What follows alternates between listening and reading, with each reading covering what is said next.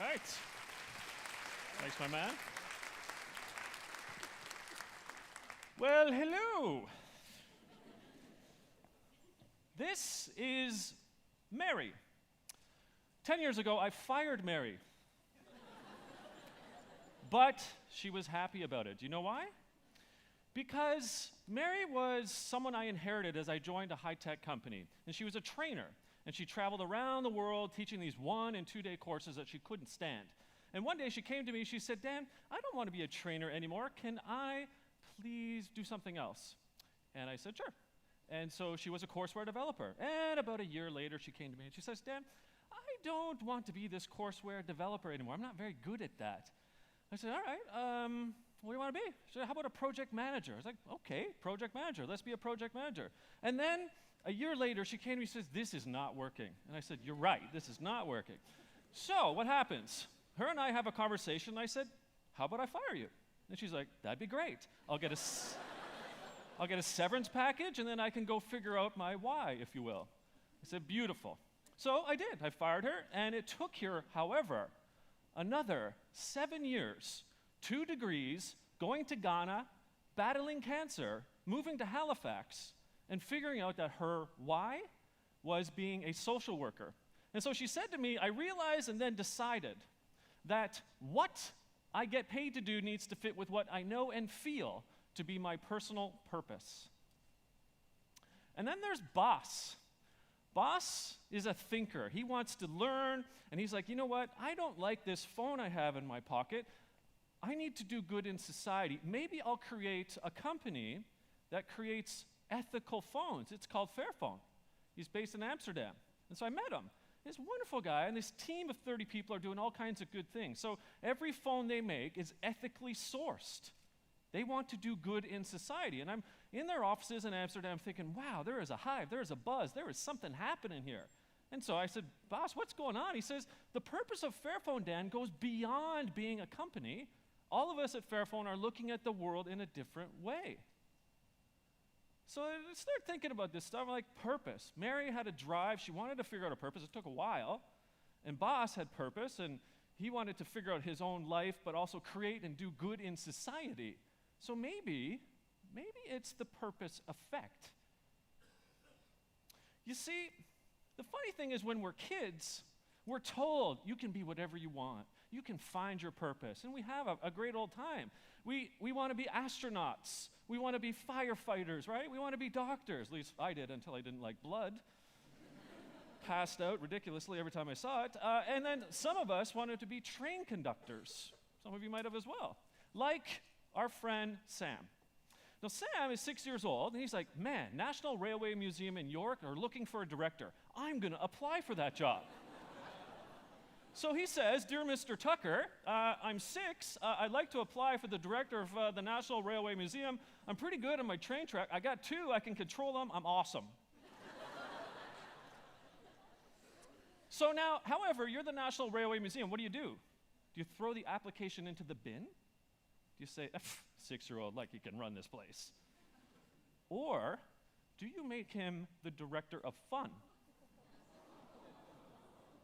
Now that is a higher organizational purpose. In fact, Sam went on to say, it's the best job in the world, I love it, it's good fun. You see, the funny thing is that we're told as kids that everything's going to be happy, and then something happens.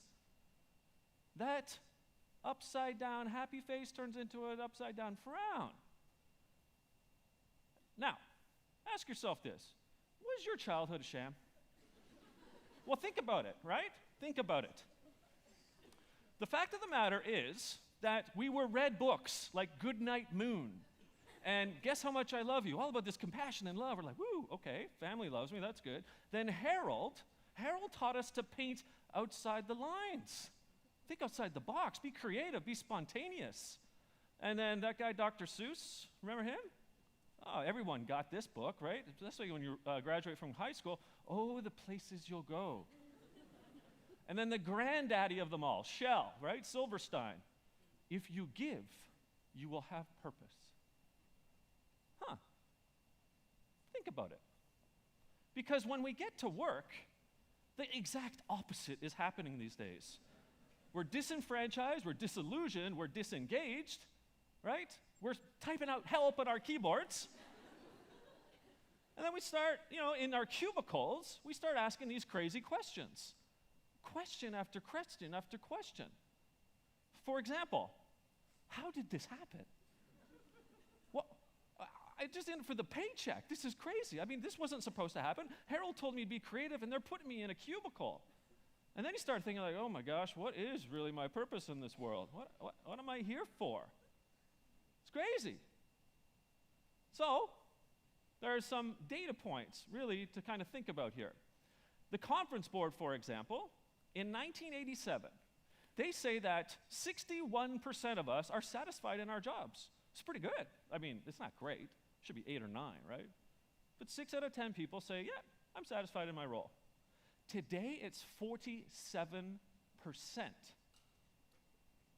And you know what they said in that same report? They said widespread job dissatisfaction negatively affects employee behavior and retention, which can impact enterprise-level success.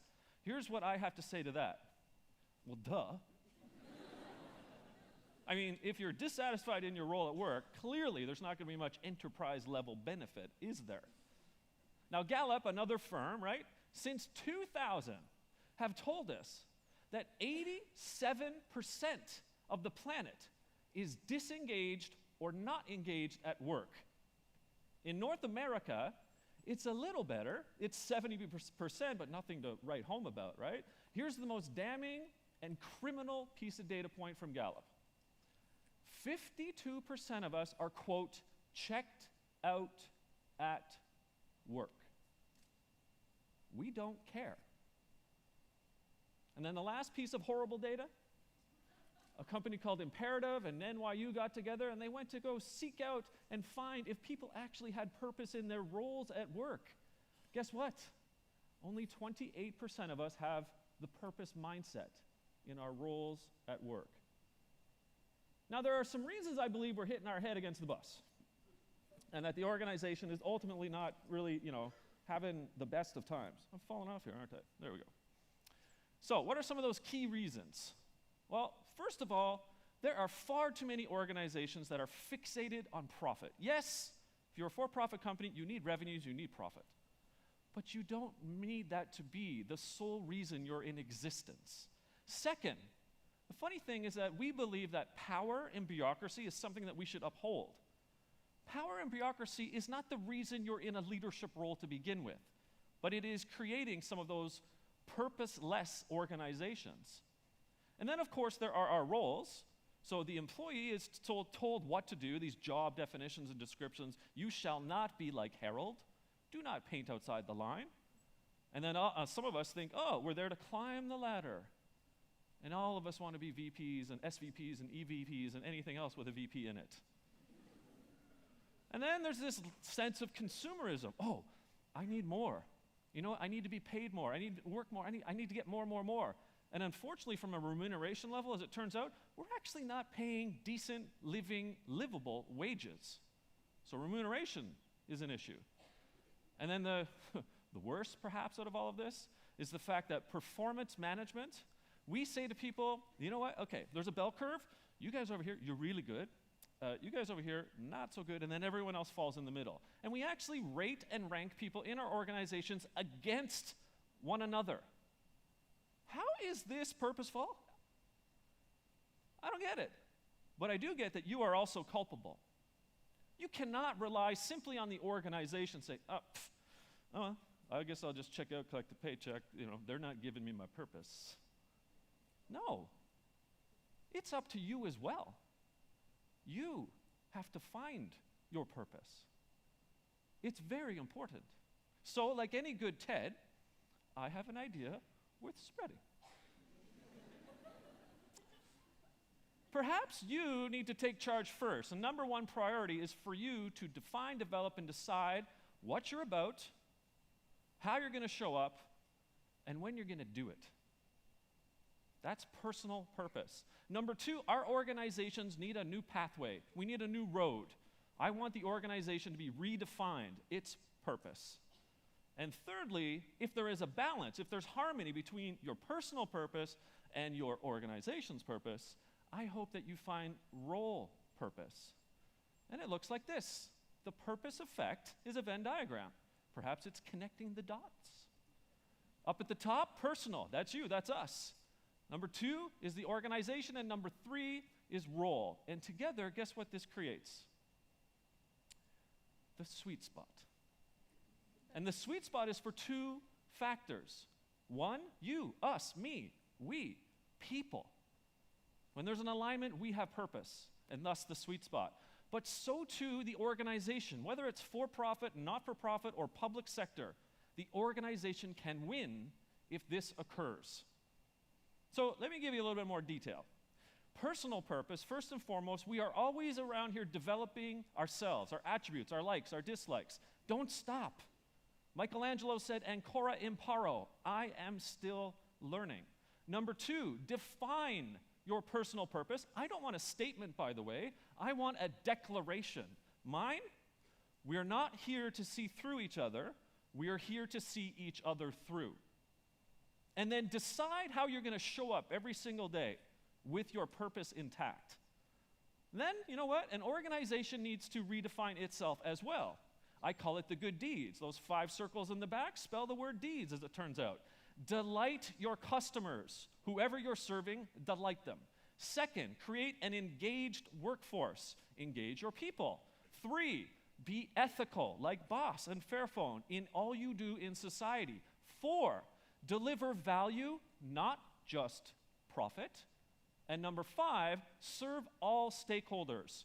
Customers, somewhat obviously. Business, you've got to make money, right? Get it. Employees, community, society, the environment.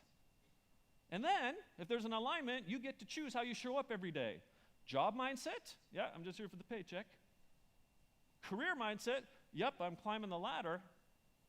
Or purpose, which is then, ultimately, this sweet spot alignment between all 3 of our Venn diagram pieces. So, let's take a look at this for a second in action. Future Shop, consumer goods store, sold computer equipment, stuff like that, right? Bought by Best Buy about 15 years ago, shuttered its doors in 2015. That's not the story. 1,000 people lost their jobs. But the story is, Ritchie Brothers, an auctioneer company, goes on LinkedIn and says, hey, why don't you come work for us? We're good neighbors. That's a higher purpose of an organization. Like Dan Price started a company a few years ago called Gravity Payments. He was looking around thinking to himself, you know what? I don't think I'm paying everyone that well. And so he decided to move every single one of employees who were making less than $70,000 a year to be making $70,000 a year. He took his salary from $1.1 million to $70,000 a year. And he said to me, interestingly, Dan, as a leader, there's a moral imperative to do the best you can for those you're leading. That is a purpose mindset. Like Coach Dean Smith of North Carolina, 36 years, he was the basketball coach. He brought Michael Jordan to fame, if you know. And you know, he had personal purpose, he created organizational purpose in that team, and he certainly had role purpose. And you know what? He had purpose from the grave because he passed away, and he instructed his lawyer to send a letter to every single one of those basketball graduates with a $200 check, which basically said, miss ya, thinking about you, go have dinner on me. That is purpose from the grave. Or the Kilberger brothers, Canadians, Mark and Craig, who, as 12-year-olds, went over to Africa, as you do, right? And sort of said, wow, what is happening here? We need to help these children. So, of course, naturally, as a 12-year-old, what do? Well, you start a charity called Free the Children. And then as you get a little older, a little more educated, right? And you say, well let's create a social enterprise where 50% of the profits can go into Free the Children. And though if that's not enough, maybe we'll create this thing called We Day, where thousands of kids get to go into hockey arenas where we want to instill a sense of purpose in them so they, too, can create purpose in their lives. Or Kim and Jason, 10 years, they're unclear, unsure of where they're going. They were stockbrokers, English as second language teachers. They just didn't know what they were doing. In Australia, they had a kid. Their grandmother said, what are you having a kid for? You have no idea what's going on in your lives. They said, you're right. They started realizing that 50 million diapers were putting into landfills every year, which takes 500 years to decompose. And they said, stop the madness. How can we help society? Well, guess what? They created G Diapers, the world's first ethically and disposable diaper insert company, and have been doing so for 10 years now. Then there's an organization that's called TELUS, and it started to figure out its own why. It redefined its stakeholders: customers, business, team members, and community. We give where we live is their motto. 6 million hours of community investment time has been donated by those team members, and over $400 million. Not surprisingly, employee engagement went from 53% to 85% in a 6-year period. And then lastly, listen, LSTN. That's Joe and that's Bridget. They're in LA. They, for 10 years, weren't sure what they were doing either. And they saw a video of a young girl, deaf, who had these special inserts put into her ear. And she could hear for the first time. The smile was palpable. They were taken there. They said, we got to do this. And so they quit their jobs. They worked together. They created LSTN, this company that makes headphones. They're pretty cool. But you know what they also committed to? Every single one of those headphones that are sold, they commit to helping another person who's deaf hear again. That's purpose. You see, at the end of the day, ultimately, purpose fuels people. But you know what? People fuel our organizations. And from there, together, organizations and people fuel society. So I ask you today, what is your personal purpose? Are you ready to develop, define, and decide yourself? Are you ready to ask yourself, what is your organization's purpose? Like these companies, will you deliver the good deeds to society? And if everything's in alignment, ask yourself then, what is your role purpose? Are you there for the paycheck, to climb the ladder, or for purpose? It is the sweet spot that I encourage you to look for, to create. Because you know what? That sweet spot, when you find it, when you get there, there isn't any there. So tomorrow, when you wake up, I want you to go create your purpose effect. Thank you.